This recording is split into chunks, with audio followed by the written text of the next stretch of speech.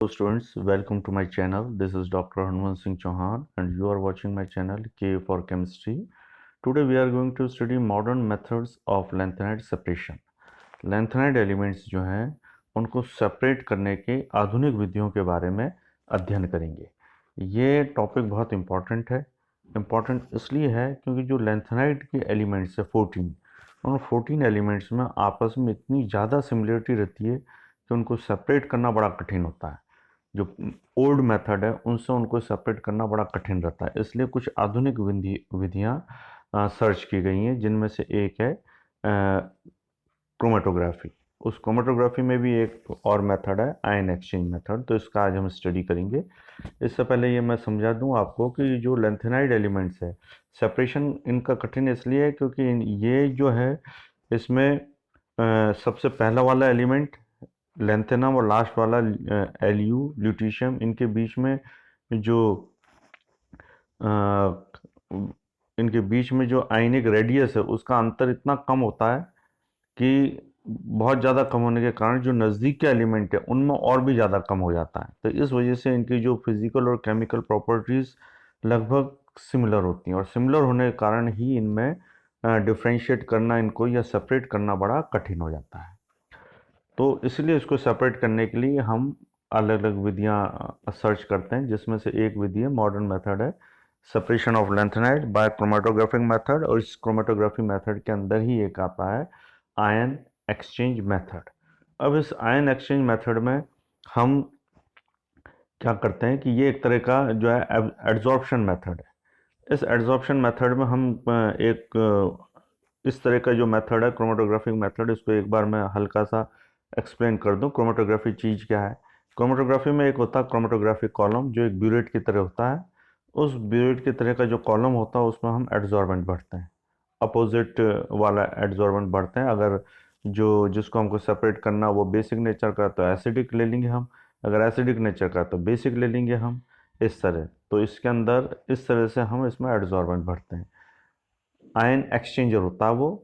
Ion exchanger का मतलब वो आयन का एक्सचेंज करेगा, मतलब अपने अंदर से जो मूवेबल आयन है उसको वो सोल्यूशन में डाल देगा, सोल्यूशन में से जो मूवेबल आयन होते हैं उसको वो अपने अंदर ले लेगा। ऐसे आयन का एक्सचेंज करता है। तो ये एक तरह का पॉलीमर है, रेजिन जिसको हमने नाम दिया है, पॉलीमर है ये। पॉलीमर बहुत बड़ा मॉलिक्यूल होता है, लेकिन उसमें जो मूवेबल आयन होते हैं वो छोटे छोटे होते हैं, एक या दो ही होते हैं। तो इसके अंदर जो आयन एक्सचेंजर है इसमें हम एसिडिक आयन एक्सचेंजर यूज़ कर रहे हैं, कार्बोक्सिलिक ग्रुप वाला, COH ग्रुप वाला यूज़ कर रहे हैं हम। इसमें जो एक्सचेंज होगा वो केवल एच आयन का होगा।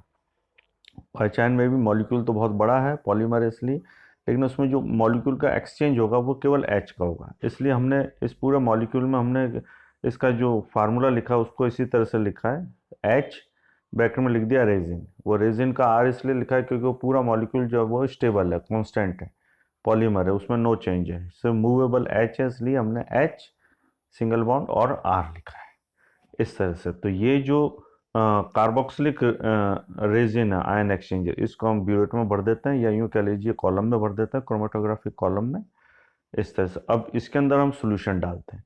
पहले जो लैंथेनाइड आयंस हैं, लैंथेनाइड आयंस में कई तरह के आयंस हैं, तो उन आयंस को पहले हम नाइट्रिक एसिड के सोल्यूशन में डिज़ोल्व कर लेते हैं, डाइल्यूट नाइट्रिक एसिड में डिज़ोल्व कर लेते हैं उस सारे कंपाउंड को। तो ये जितने भी जो लैंथेनॉन है वो अपने अपने नाइट्रेट में कन्वर्ट हो जाते हैं, नाइट्रिक एसिड से रिएक्शन करके सब अपने अपने नाइट्रेट में क्रिएट हो जाते हैं, जिनको अपन लैंथेनॉन नाइट्रेट कहते हैं। अब इस सॉल्यूशन को हमने जो क्रोमेटोग्राफिक कॉलम है जिसमें हमने आयन एक्सचेंज रेजिन भर रखा है कार्बोक्सिलिक एसिड वाला, उसमें डालते हैं ये।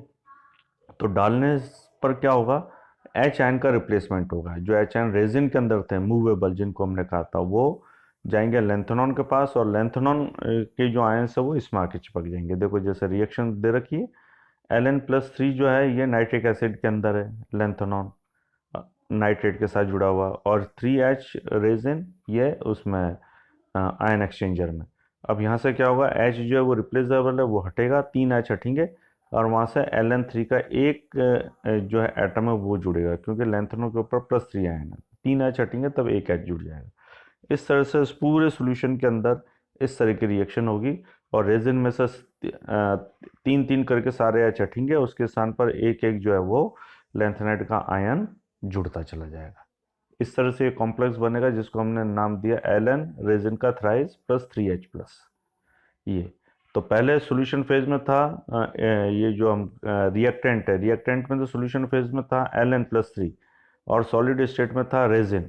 लेकिन जब प्रोडक्ट बना उस समय लैंथेनॉन जो है वो तो आ गया सॉलिड स्टेट में और 3H प्लस जो है वो लिक्विड स्टेट में आ गया। तो लिक्विड स्टेट में आते ही क्या करेंगे हम, ये वाला रिएक्शन करने के बाद सारे लैंथेनॉन तो अपने अपने रेजिन के साथ कंपाउंड बना लिया। अब 3H आयन सॉल्यूशन फेज में आ गए। सॉल्यूशन फेज में आ गए तो हमने क्या किया, नाइट्रिक एसिड थोड़ा सा और लिया, सॉल्वेंट नाइट्रिक एसिड जो था ना प्योर सॉल्वेंट वो लिया और उसको ऊपर से डालना शुरू किया हमने क्रोमेटोग्राफी कॉलम में। तो जितने भी जो सॉल्यूशन फेज में थे 3H, वो 3H जो है वो सॉल्यूशन फेज में होने के कारण वो तुरंत बाहर निकल जाएंगे। इसको हम जो है वो टाइट्रेशन से भी चेक कर सकते हैं कि इसके अंदर 3H प्लस की कंसनट्रेशन ज़्यादा आएगी। ये जो अभी निकल रहे हैं इसमें से 3H प्लस की कंसनट्रेशन ज़्यादा प्राप्त होगी। ठीक है, अब जितने भी जो लैंथेनॉन थे वो अपने अपने रेजिन के साथ कंपाउंड बना के क्रोमेटोग्राफिक कॉलम में अटके हुए हैं। और ये किस हिसाब से अटके हुए हैं, जिसकी एड्जॉर्प्शन पावर सबसे ज़्यादा थी वो सबसे पहले ऊपर एड्जॉर्ब हो जाएगा, जिसकी उससे कम थी वो उससे नीचे, जिसकी कम थी उससे नीचे, जिसकी कम थी उससे, ऐसे इस तरह से ये एड्जॉर्ब होते चले जाएंगे। अब ये सारे लैंथेनॉन अपने अपने रेजिन के साथ इन्हें बना लिया है कॉम्प्लेक्स। अब इनको अपन को निकालना है। तो निकालने के लिए अब हम क्या करते हैं, इसमें एक बफर सॉल्यूशन ऐड करते हैं। वो बफर सॉल्यूशन किसका होगा, nitric acid plus ammonium nitrate. Nitric acid plus ammonium nitrate का एक बफर सॉल्यूशन लिया हमने और उसको ऊपर से डालते हैं इसके अंदर क्रोमेटोग्राफिक कॉलम में। तो अब डालने पर दूसरे तरह की रिएक्शन हो रही है जिसके हम देखते हैं, देखिए स्क्रीन पर ये वाली रिएक्शन हो रही है। Ln रेजिन 3 ये तो था कंपाउंड स्टेट में, सॉलिड स्टेट में था। अब हमने साइट्रेट और साइट्रिक एसिड और साइट्रेट का सॉल्यूशन डाला, बफर सॉल्यूशन, वो है 3H और साइट्रेट। साइट्रेट का पूरा मॉलिक्यूल है, उसके अंदर 3H जो है वो मूवेबल आयन है इसलिए 3H लिख दिया हमने, ये डाला हमने। तो ऐसे स्थिति में क्या होगा, जितने भी Ln आयन थे वो साइट्रेट से जुड़ गए, जितने भी थे वो साइट्रेट से जुड़ गए और इसके जो 3H थे वो रेजिन से जुड़ गए। तो रेजिन से जुड़ने से वापस अपनी पुरानी स्थिति में आ गया। Ln जो है वो साइट्रेट के साथ मिल गया और जो 3H थे वो रेजिन के साथ मिल गए। तो ऐसे स्थिति में क्या हुआ, 3H रेजिन जो है वो सॉलिड स्टेट में आ गया, रेजिन अपने वापस पुरानी स्थिति में ही आ गया 3H रेजिन। और जो लैंथेनॉन था वो सब अपने अपने साइट्रेट के साथ जुड़ गए और लैंथेनॉन साइट्रेट का कंपाउंड बना लिया इन्होंने, सब अपने अपने साइट्रेट के साथ जुड़ गए। अब इसमें देखिए, अब हम इसके ऊपर डालते हैं एक बफर का सॉल्यूशन, वापस ऐड करते हैं। तो बफर सॉल्यूशन डालने से क्या होगा, ये जितने भी लैंथेनॉन साइट्रेट हैं वो धीरे धीरे नीचे आने शुरू होंगे, सॉल्यूशन के थ्रू ये धीरे धीरे नीचे आने शुरू होंगे। तो सबसे पहले कौन आएगा नीचे, सबसे पहले वो आएगा जिसका वेट सबसे ज़्यादा होगा। और वेट सबसे ज़्यादा किसका होगा, वेट सबसे ज़्यादा होगा जो नीचे वाला है ल्यूटीशियम, वो सबसे पहले आएगा, क्योंकि जो ल्यूटीशियम है उसका साइज छोटा है। अगर हम जो है 78 से अगर हम इसमें लेंथेनाइड सीरीज में CE से LU तक जाते हैं, तो CE से जब LU तक जाते हैं 58 से 71, तो 71 पर जो ल्यूटीशियम है उसका साइज छोटा है। साइज छोटा होने के कारण उसको घेरने वाले जो साइट्रेट हैं लिगैंड, उनकी संख्या बढ़ जाएगी। जब बढ़ जाएगी तो उसका वेट बढ़ जाएगा, वेट बढ़ जाएगा तो वो सॉल्यूशन फेज में तुरंत आएगा, तुरंत आते ही वो वेट के कारण सबसे पहले बाहर निकलेगा।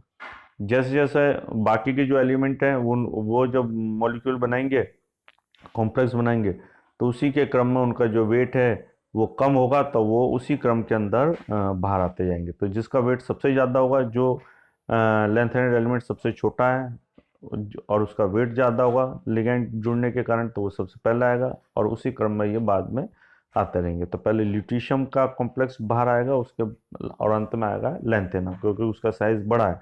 साइज बड़ा होने से जुड़ने वाले लिगैंड की संख्या कम हो गई, इसलिए वो कैसा हो गया, वो हल्का हो गया, तो वो अंत में बाहर आता है। अब इनको जैसे जैसे बाहर आता जाएगा तो हमारे पास एक UV लाइट होती है, उस UV लाइट से इनको हम अलग अलग चेक कर सकते हैं और उसी क्रम के अंदर इनको अलग अलग बीकर के अंदर या अलग अलग वेसल्स के अंदर इसको हम इकट्ठा कर सकते हैं। तो इस तरह से ये जो है ये लैंथेनॉल साइट्रेट के रूप में आ गया। अब इसके एसिड के साथ क्रिया करेंगे तो ये साइट्रिक एसिड अलग हो जाएगा और ये लैंथेनॉल अपने मूल रूप में आ जाएगा। तो इस तरह से ये जो है हम लैंथेनॉन के जो एलिमेंट हैं इनको सेपरेट करते हैं। इसके अलावा हैलोजन हो तो हैलोजन को भी इस मेथड से सेपरेट किया जा सकता है। ये सेपरेशन की एक आधुनिक तकनीक है, इसे हम इस तरह से इस्तेमाल करते हैं। चलिए स्टूडेंट्स, आज के टॉपिक में इतना ही। Thank you very much. मुझे अनुमति दीजिए।